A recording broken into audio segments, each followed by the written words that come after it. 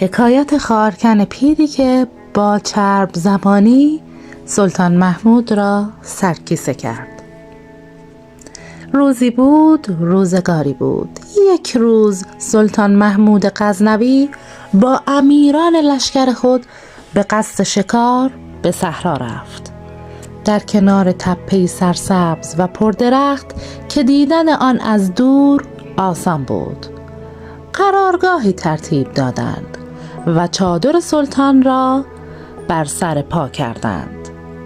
خدمتکاران به تهیه نهار مشغول شدند و لشکریان به دیدبانی راه‌ها گماشته شدند و امیران به دستور سلطان از هر طرف به شکار رفتند.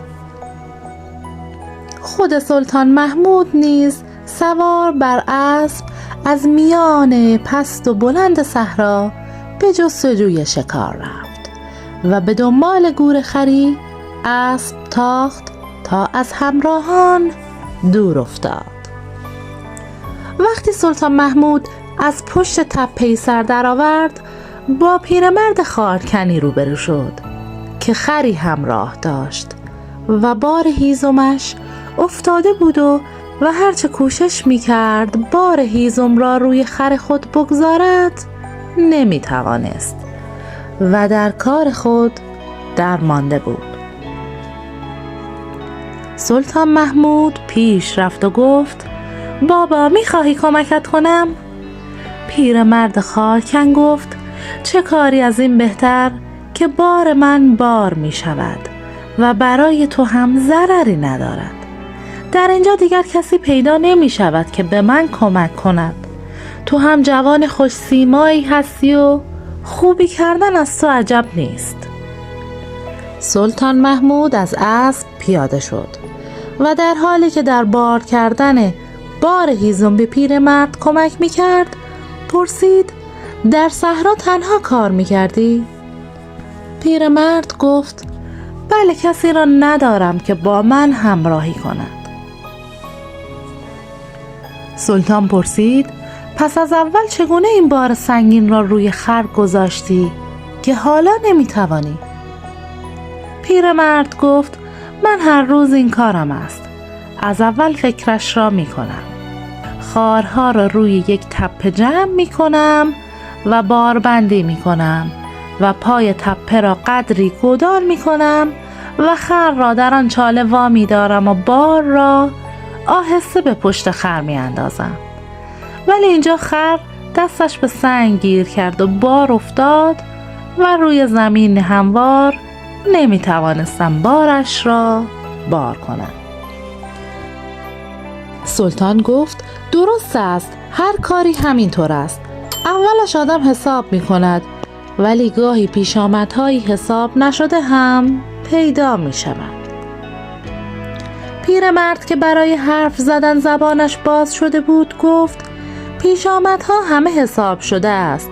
حسابش را ما نمی دانیم، ولی آن کسی که باید بداند می داند.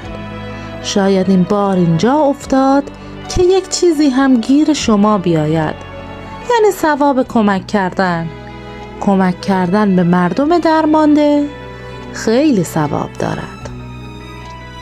سلطان گفت: همینطور است. باریکلا پیرمرد، عقیده خوبی داری. بار هیزم بار شد و پیرمرد گفت: خیلی خسته بودم و خدا سبب ساز است. اگر تو نمی رسیدی خیلی مشکل بود که بار من بار شود. ای جوان، برو که خدا تو را به خوشبختی برساند.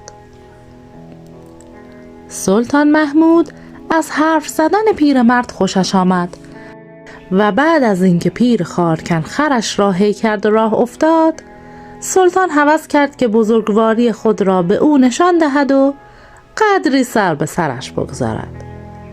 زود برگشت به چادر و به لشکریان گفت: در آنجا پیرمردی با خر و بار و هیزمش می رود. بروید از همه طرف راه ها را بر او ببندید به طوری که مجبور شود بیاید از اینجا از جلوی قرارگاه ما بگذرد.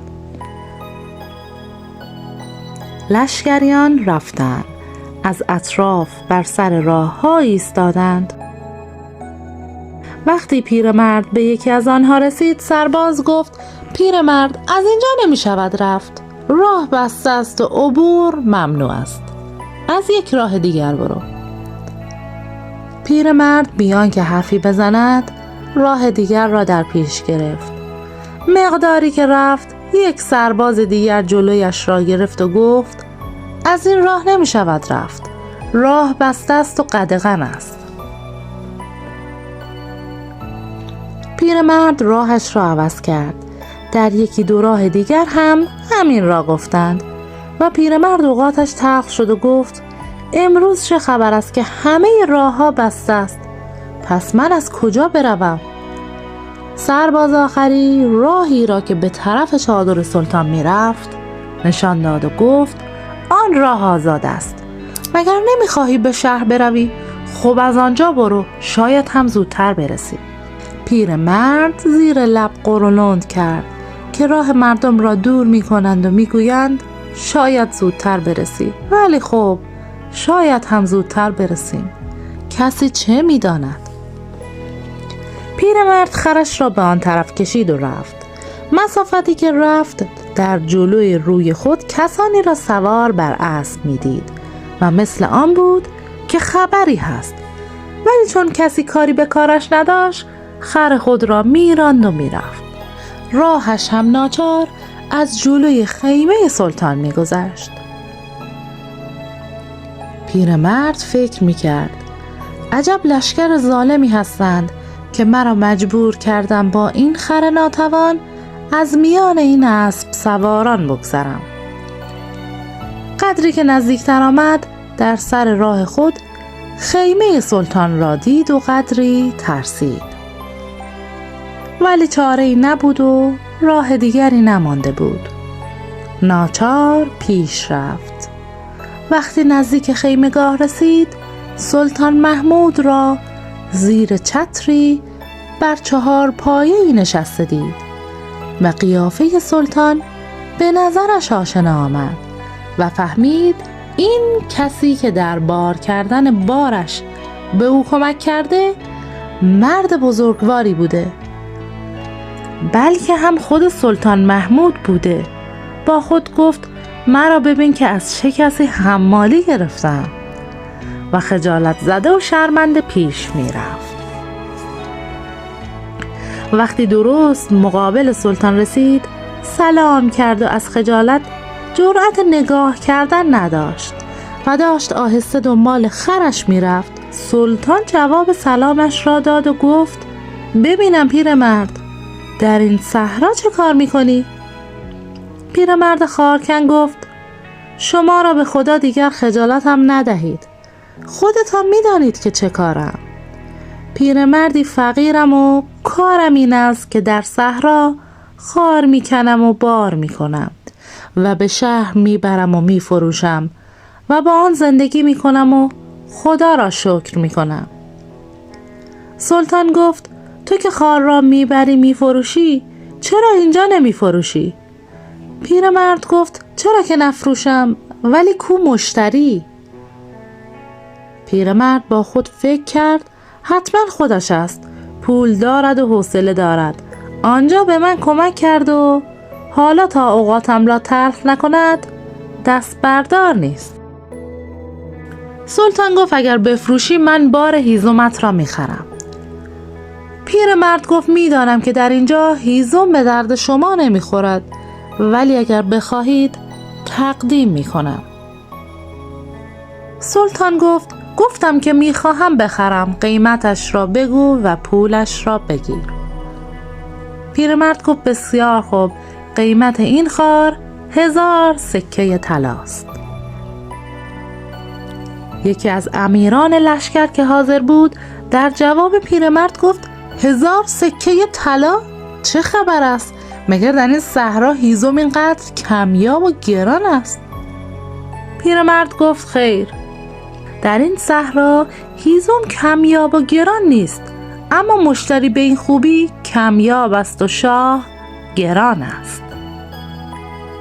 سلطان محمود از شنیدن این جواب بسیار خوشوقت شد و گفت حالا که اینطور است این بار هیزم را به 2000 سکه طلا خریدم.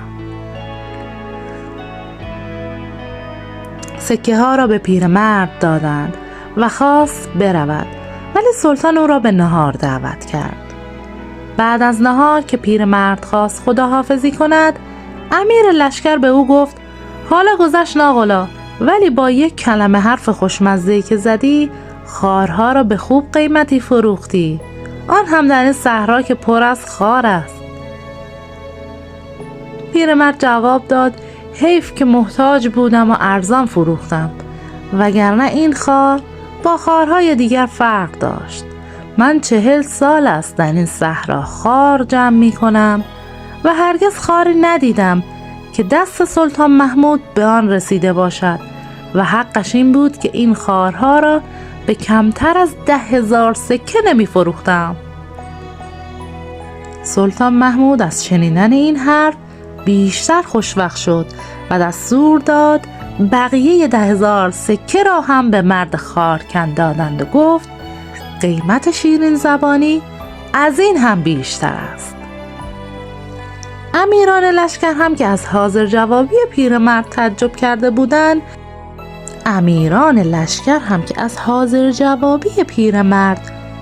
کرده بودند، هر یک هدیه‌ای به او دادند و پیرمرد خارکن خوشحال و خرم با یک کیسه پول به خانه رفت. داستان دختران انار از مجموعه داستان‌های 1001 شب. روزی بود روزی نبود. زن پادشاهی بود که بچه دار نمی شد. یک روز نذر کرد که اگر بچه دار شود 1 من عسل و 1 من روغن بخرد، بدهد به بچهش ببرد برای ماهی‌های دریا. از قضا زد و زن آبستن شد و پس از 9 ماه و 9 روز پسری زایید. پادشاه خیلی خوشحال شد. داد همه جا را چراغانی کردند و جشن بزرگی راه انداخت. 1 سال، 2 سال، 5 سال گذشت و زن نظر و نیازش را به کلی فراموش کرد. روزها همینطور آمدند و رفتند تا یک روز زن نگاهی انداخت به قد و بالای پسرش و به فکر فرو رفت. با خودش گفت ای دل غافل، پسرم 21 ساله شده و من هنوز نظرم را ادا نکردم. پسر وقتی دید مادرش به فکر فرو رفته پرسید مادر جان چه شده؟ انگار خیلی تو فکری. زن گفت پسرم نذر کرده بودم که اگر بچه دار شدم 1 من روغن و 1 من عسل بخرم و بدهم به بچه‌ام ببرد برای ماهی‌های دریا. پسر گفت این که قصه ندارد، بخر بده من ببرم. زن رفت 1 من عسل و 1 من روغن خرید، داد به پسرش. پسر عسل و روغن را برداشت برد کنار دریا. دید پیرزنی نشسته آنجا. پیرزن پرسید پسر جان داری کجا می روی؟ پسر جواب داد مادرم نذر کرده 1 من عسل و 1 من روغن بیارم برای ماهی‌های دریا. پیرزن گفت ننه جان ماهی عسل و روغن میخواهد چه کار؟ آنها را بده به من پیرزن تا بخورم و به جانت دعا کنم. پسر دید پیرزن حرف درستی میزند و گفت باشد. عسل و روغن را داد به پیرزن و خواست برگردد که پیرزن گفت الهی که دختران انار نصیبت بشود پسر جان. پسر پرسید ننه جان دختران انار کیها هستند؟ پیرزن جواب داد سر راحت به باغی میرسی، همین که پایت را گذاشتی توی باغ صداهای عجیب و غریبی به گوشت میرسد.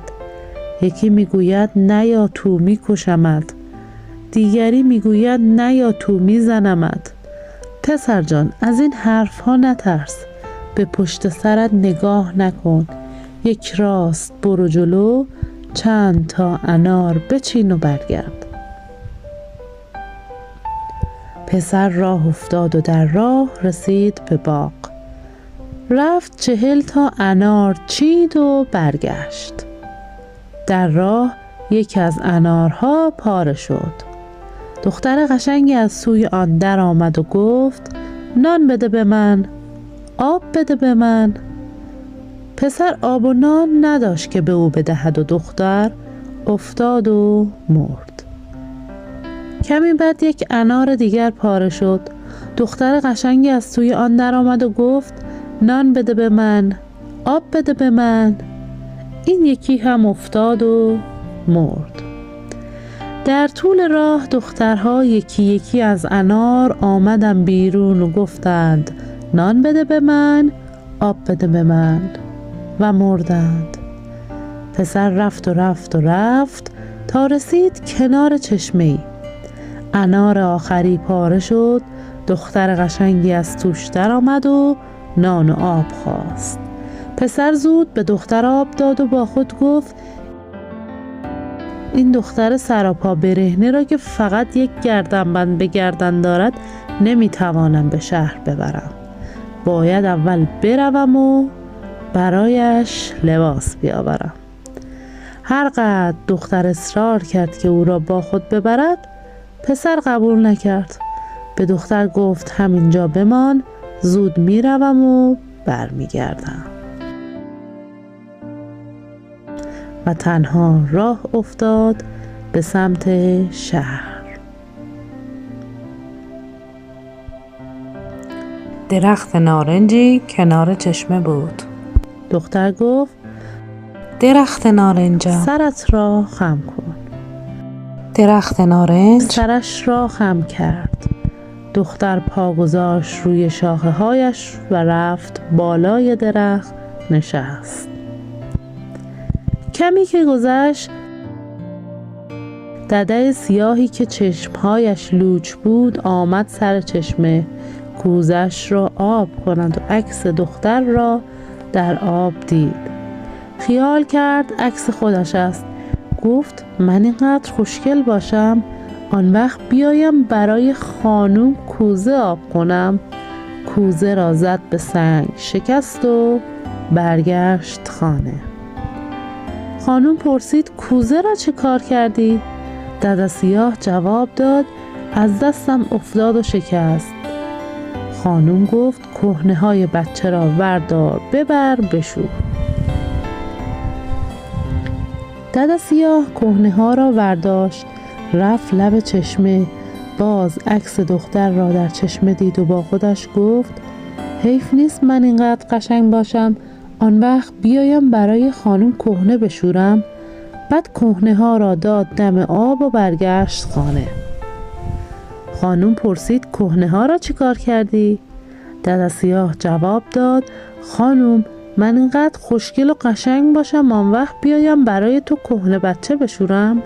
حیف نیست؟ خانم گفت مرده‌شور ترکیبت را ببرد با آن چشمای بابا قوری و لبای کلفتت. برو تو آینه ببین چقدر خوشگلی و حس کن. حالا بیا بچه رو ببر و بشور. دده سیاه بچه رو گرفت برد لب چشمه. تا خواست بچه را بشورد باز عکس دختر را در آب دید و گفت من اینقدر قشنگ باشم آن وقت بیایم برای خانوم بچه بشورم؟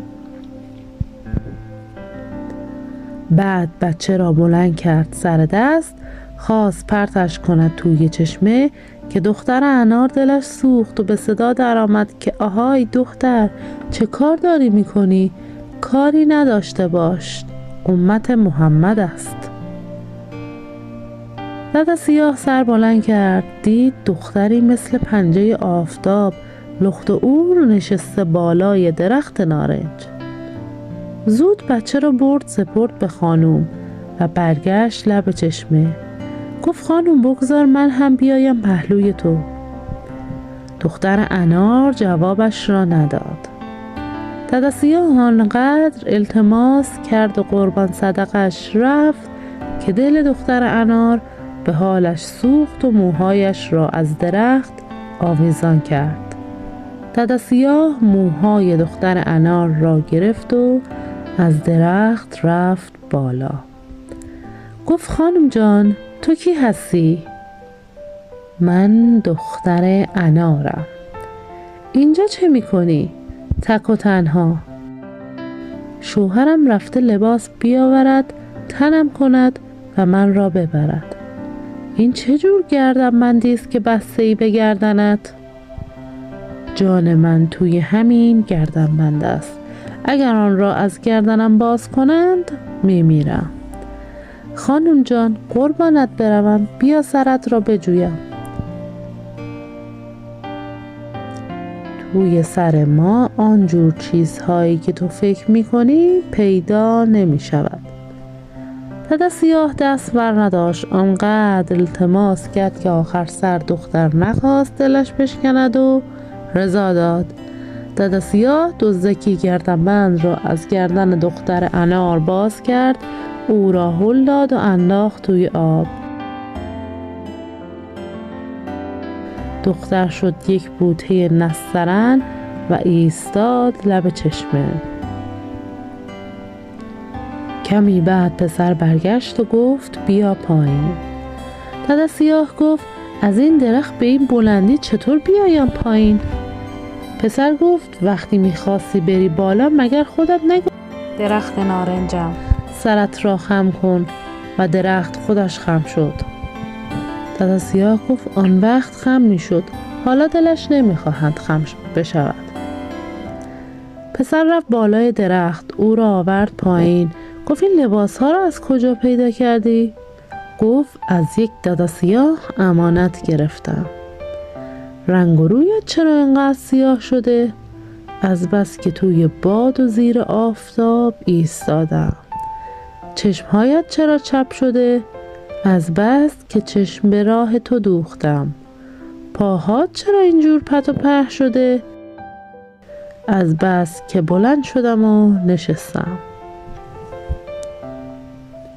پسر دیگر چیزی نگفت.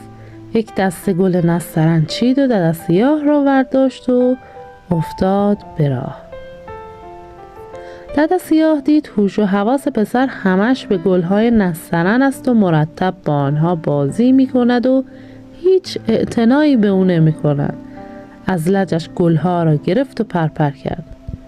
پسر خم شد آنها را جمع کند، دید عرقچینی افتاده روی زمین. عرقچین را برداشت و راه افتاد. دادا سیاه دید پسر همش با عرقچین ور می رود و هیچ اعتنایی به او نمی کند. عرقچین را از دستش گرفت و پرت کرد. پسر خم شد عرقچین را بردارد، دید کبوتر قشنگی نشسته جای آن. کبوتر را برداشت و رفتند تا رسیدند به خانه. هر کس چشمش افتاد به دادا سیاه، گفت یک دادا سیاه و این همه افاده؟ پسر به روی خود نیاورد و بی سر و صدا عروسیش را راه انداخت. چند روز بعد وقتی دختر دید پسر همیشه سرش به کبوتر بند است و هیچ اعتنایی به او ندارد، گفت من ویار دارم، کبوترت را سر ببر گوشتش را بخورم. پسر گفت هر چند تا کبوتر که بخواهی میگویم برایت بیاورم. دادا سیاه گفت هوس کردم گوشت این کبوتر را بخورم. پسر قبول نکرد و سر حرفش ایستاد. این گذشت تا یک روز که پسر در خانه نبود. دادا سیاه با ناز و غمزه به پادشاه گفت من ویار دارم، اما پسرت نمیگذارد این کبوتر را سر ببرم. پادشاه داد سر کبوتر را بریدند. از جایی که خون کبوتر به زمین ریخت درخت چناری روید و قد کشید. وقتی پسر برگشت خانه از درخت خیلی خوشش آمد. از آن به بعد همیشه هوش و حواسش به چنار بود و دور و برش میپلکید. دد سیاه هر دو پایش را کرد توی یک کفش که باید این درخت را ببری و با چوبش برای بچه‌م گهواره درست کنی. پسر گفت قحطی چوب که نیست، از هر درخت دیگری که بخواهی میدهم گهواره درست کند. این هم گذشت تا یک روز که پسر رفته بود شکار، دد سیاه رفت پیش پادشاه و ماجرا را برایش تعریف کرد. پادشاه بی معطلی داد چنار را بریدند و با چوبش گهواره درست کردند. از آن چنار زیبا فقط یک تکه چوب باقی ماند که آن را به گوشه انداختند. تکه چوب همانجا ماند تا پیرزنی که به خانه پادشاه رفت و آمد داشت و خانه را آب و جارو می کرد، روزی تکه چوب را دید. از آن خوشش آمد و گفت خانم این را بده ببرم بگذارم زیر دوکم. دد سیاه گفت بردار ببر. پیرزن تکه چوب را برد و گذاشت زیر دوکش. روز بعد وقتی برگشت خانه دید خانهش آب و جارو شد و همه چیز مثل دست گل تمیز و مرتب است. پیرزن گوشه کنار خانه را گشت. آخر سر با خودش گفت حتما کاسه زیر نیم کاسه است. فردا از خانه بیرون نرفت و پشت پرده‌ای پنهان شد. دید دختری از زیر چوب دوک آمد بیرون، همه جا را آب و جارو و تمیز کرد. بعد خواست برود توی تکه چوب که پیرزن از پشت پرده در آمد و گفت تو را به خدا نرو، من هیچ کس را ندارم، بیا و دختر من شو. دختر دیگر نرفت توی چوب و در خانه پیرزن ماندگار شد. روزی جارچی ها در شهر جار زدن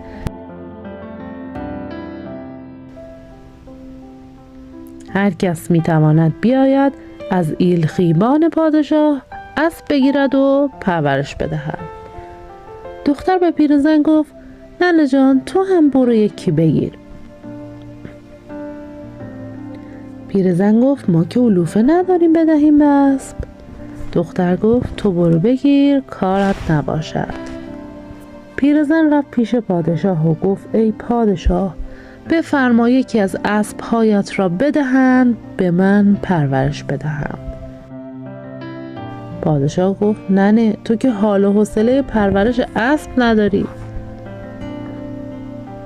پیرزن گفت دختر یکی دانم خیلی دلش میخواهد اسبی داشته باشد. پادشاه برای اینکه دل پیرزن را نشکند به ایلخیبانش گفت اسب مردنی و چلاقی بدهد به پیرزن که زنده ماندن و مردنش چندان فرقی نداشته باشد. پیرزن اسب را گرفت برد خانه. دختر خوشحال شد و تا دست کشید پشت اسب جوان و قبراق شد. دختر آب زد به زلفهایش و پاشید توی حیاط و همه جا علف در آمد. چند ماه بعد پادشاه امر کرد بروید اسبها را جمع کنید. غلام‌های پادشاه شروع کردند به جمع کردن اسبها. به خانه پیرزن هم سری زدند که ببینند اسبش مرده یا زنده است. اسب چنان شیهه‌ای کشید که چیزی نمانده بود زهره همه آب شود. رفتند به طویله درش بیاورند که اسب هر که را آمد جلو زد شل و پل کرد و هر که را پشت سرش ایستاده بود به لگد بست. غلام ها گفتند ننه جان ما که حریف این اسب نمیشویم، بگو یکی بیاید این را از طویله بکشد بیرون تا ما آن را ببریم.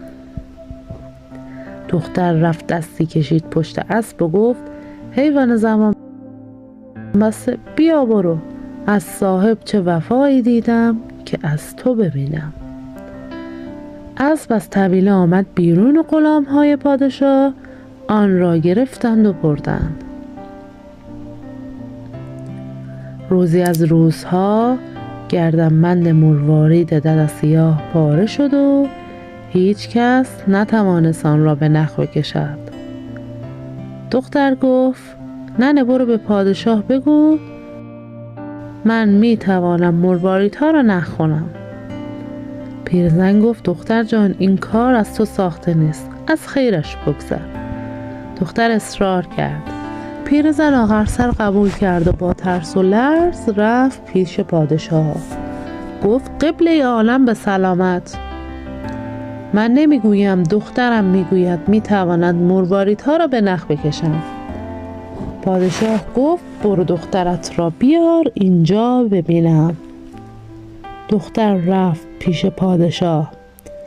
پادشاه گفت این تو هستی که گفته میتوانم مرواریدها را نخ کنم؟ دختر گفت بله، اما به شرطی که تا همه را نخ نکردم هیچ کس از اتاق بیرون نرود. پسر پادشاه امر کرد هر کس میخواهد به حیاط برود زودتر برود و هر کس در اتاق میماند بداند که تا این دختر مرواریدها را نخ نکرده نمیتواند قدم بگذارد بیرون. بعد در را قفل کرد و همه به تماشا نشستند.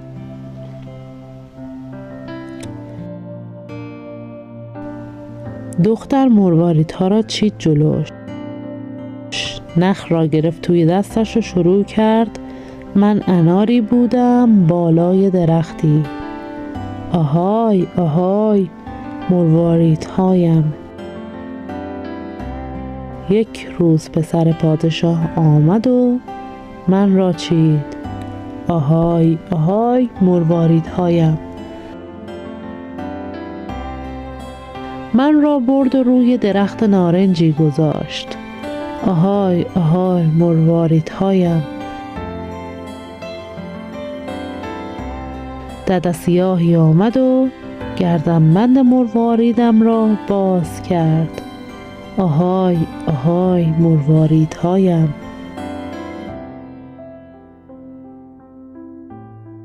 به اینجا که رسید دد سیاه گفت دیگر بس است، از خیر گردنبند گذشتی. دختر اعتنایی نکرد و ادامه داد و با هر آهای آهایی که میگفت چند تا از مرواریدها کنار هم قرار میگرفت و میرفت به نخت. من را توی آب انداخت و شدم یک بوته نسترن، آهای آهای مرواریدهایم.